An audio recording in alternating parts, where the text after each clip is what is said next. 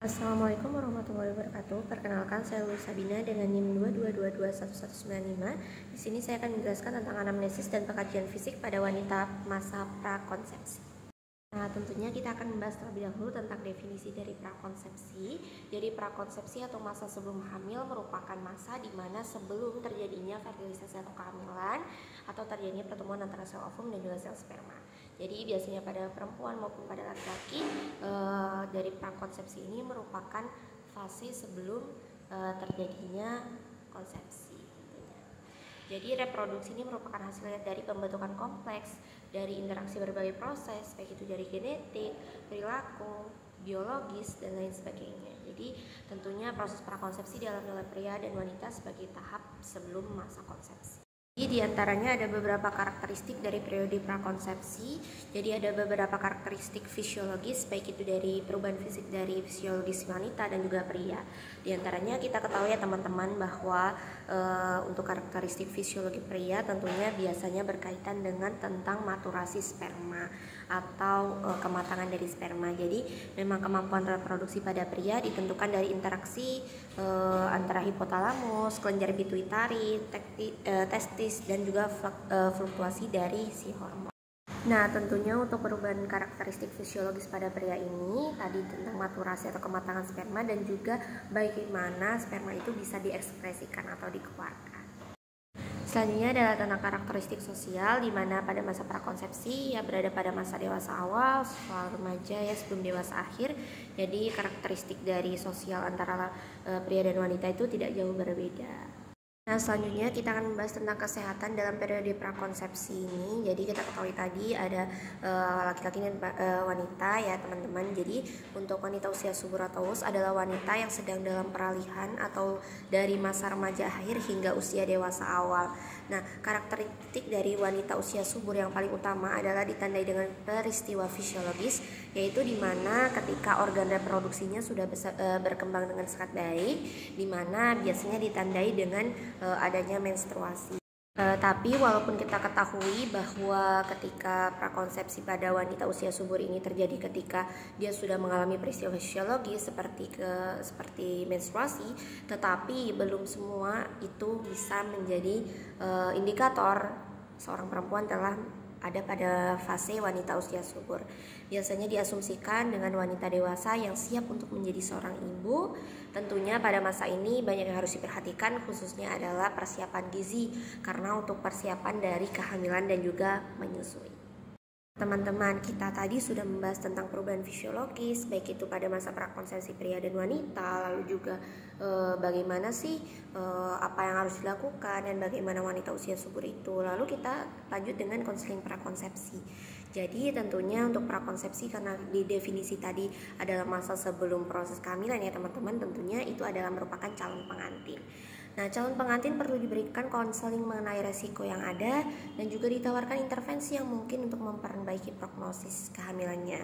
Ya, konselingnya bisa berupa kesehatan reproduksi yang penting ya, bagaimana pria dan wanita atau calon suami, calon istri mengetahui tentang kesehatan reproduksi pada saat mereka berhubungan juga, usia yang baik untuk hamil, lifestyle atau gaya hidup, tentang kebiasaan olahraga, juga tentang kekerasan dalam rumah tangga, kondisi medis tertentu ya, seperti diabetes, sakit ginjal dan lain sebagainya, dan juga masalah psikis. Jadi konseling prakonsepsi ini memang harus diperlukan karena untuk menjadi edukasi bagi mereka ketika mereka sudah menjalani ataupun sudah proses dalam konsepsi, maka mereka sudah mengetahui ilmu-ilmunya yang kita berikan pada masa prakonsepsi. Nah, banyak sekali screening yang bisa dilakukan. Salah satunya yaitu adalah imunisasi pranikah. Jadi imunisasi pranikah ini penting loh teman-teman. Jadi imunisasi yang dianjurkan diantaranya adalah imunisasi tetanus ya. Biasanya kita sudah ketahui TT ya. Biasanya untuk calon pengantin. Ini untuk mencegah penyakit tetanus atau kejang pada BBL dan juga mungkin pada ibunya. Jadi juga untuk mencegah penyakit mumps, measles dan juga hepatitis. Jadi memang imunisasi pada wanita ini bukan hanya terbatas pada imunisasi tetanus toksoid saja. Bahkan sekarang mungkin pada remaja-remaja putri ya, pranikah, wanita-wanita usia subur itu sekarang juga sudah ada imunisasi untuk mencegah kanker serviks. Nah, tentunya dengan adanya imunisasi ini sebagai salah satu ikhtiar kita supaya kita tidak tertular penyakit tersebut. Nah, setelah imunisasi yang penting adalah juga mengajari mereka tentang bagaimana sih cara menentukan masa subur. Jadi masa subur dimulai itu pada hari ke-14 dihitung dari mulai mendapatkan menstruasi. Untuk siklus menstruasi itu kan ada yang 28 hari ya teman-teman, ataupun bisa berbeda-beda pada setiap wanita. Jadi ovulasi itu biasanya terjadi pada hari ke-14 dan masa subur itu adalah 2-3 hari. Jadi sebelum dan sesudah ovulasi. Jadi masa subur itu bisa antara hari ke-11 dan sampai hari ke-17. Kenapa sih harus tahu masa subur juga gitu ya? Karena ketika mereka prakonsepsi tentu mereka mengharapkan bahwa nanti terjadinya konsepsi. Nah, tentunya dengan mereka mengetahui masa subur ini, maka presentasi untuk mereka berhasil dalam hasil konsepsinya itu tinggi teman-teman. Nah teman-teman, lanjutan dari materi tentang masa subur tadi, bahwa kan kita ketahui nih pada masa subur itu presentasi keberhasilan dalam fertilisasi atau pembuahan itu sangat tinggi. Nah, masa infertil wanita sekitar 2/3 dari siklus menstruasi. Nah, lebih kurang 5-9 hari sebelum ovulasi dan 7-13 hari setelah ovulasi. Jadi memang kita harus mengetahui nih masa subur kita supaya memang kita tepat nih. Ya walaupun juga tidak menutup kemungkinan ketika kita melakukan hubungan seksual selain pada masa subur tersebut bisa hamil juga, tetapi tentunya ketika kita memang menginginkan, tentunya kita cari waktu yang terbaik. Nah, berbeda dengan wanita ya teman-teman, bahwa ketika pria kan dia kan bisa untuk mengeluarkan spermanya, terserah dia, maksudnya seperti itu ya kalau misalnya bahasa awamnya. Nah, tetapi memang untuk laki-laki dalam sperma yang telah diproduksi itu bisa bertahan 5-7 hari. Jadi memang kita juga harus mencari fase yang tepat untuk ovum yang baik dan juga sperma yang tentunya berkualitas baik. Nah, ketika masih bingung nih dari penjelasan yang tadi, jadi ada beberapa metode yang digunakan untuk monitor ovulasi ya teman-teman. Jadi untuk monitor ovulasi ada metode kalender ya, menentukan masa subur dengan menggunakan metode kalkulasi. Nah, identifikasi panjangnya siklus terpendek selama 6 bulan terakhir. Nah, biasanya untuk sekarang ya dengan kecanggihan teknologi teman-teman, itu biasanya ada yang berbasis aplikasi. Biasanya memang aplikasi untuk haid, dia bisa memantau haid sekaligus memantau masa ovulasi atau masa subur kita.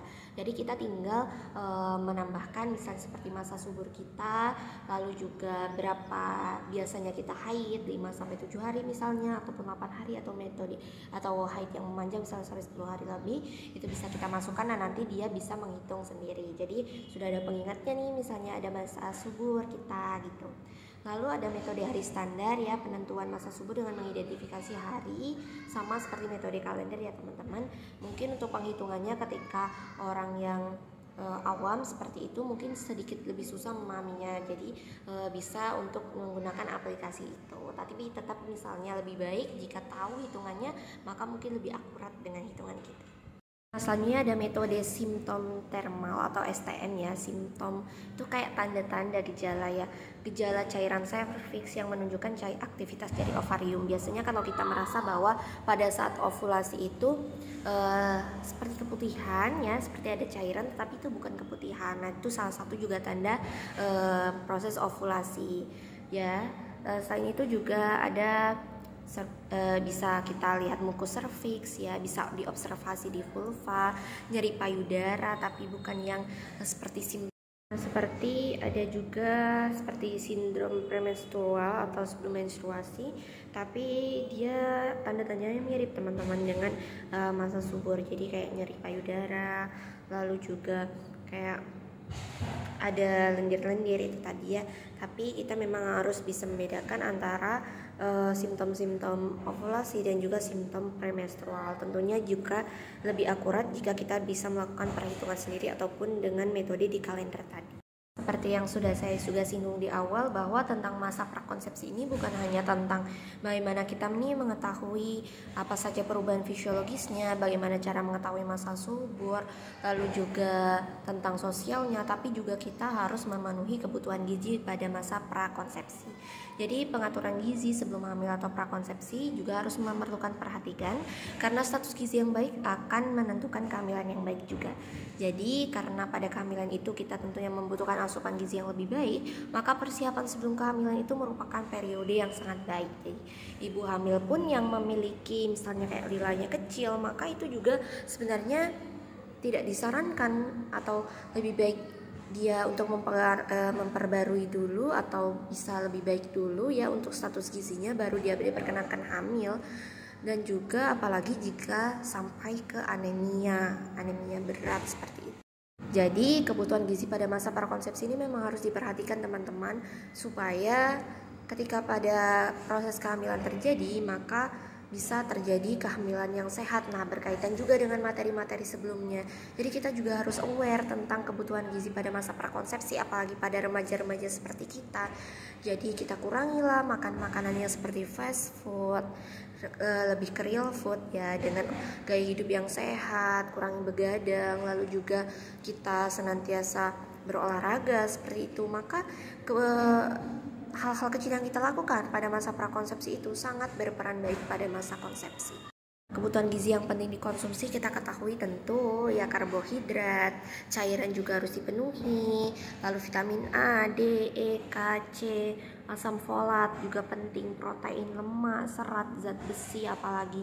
Jadi memang semua kandungan gizi dalam makanan itu akan berkesinambungan kita butuhkan di dalam tubuh kita. Jadi kita usahakan dengan makanan yang bervariasi, ya tidak perlu mahal tetapi bervariasi dan memiliki kandungan gizi yang baik, yaitu dengan cara masak juga yang tepat. Lalu kita kurangi makanan fast food seperti yang sudah saya jelaskan tadi, dan juga kita pintar-pintar ya, kita bukan berarti tidak boleh untuk makanan-makanan fast food, tapi memang harus dibatasi supaya kita bisa menciptakan masa prakonsepsi yang baik, sehingga nanti pada masa kehamilan juga ikut baik. Terima kasih.